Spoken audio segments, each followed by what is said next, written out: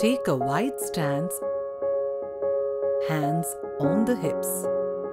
Right toe points out 90 degrees and turn towards right thigh. Exhale. Place left knee on the floor, left toe pointing behind. Join the palm above the head.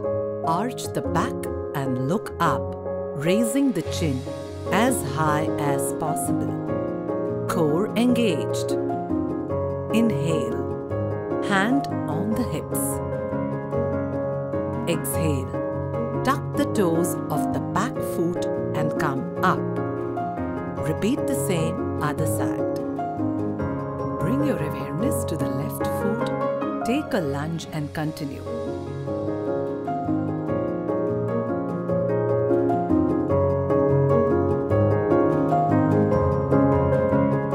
There should be a gentle curve from the tips of the fingers to the tips of the toes, resembling a crescent moon.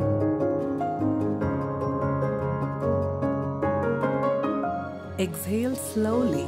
Come up, hand on your hips. Tuck the toes of the back foot. Come up in Samasthiti.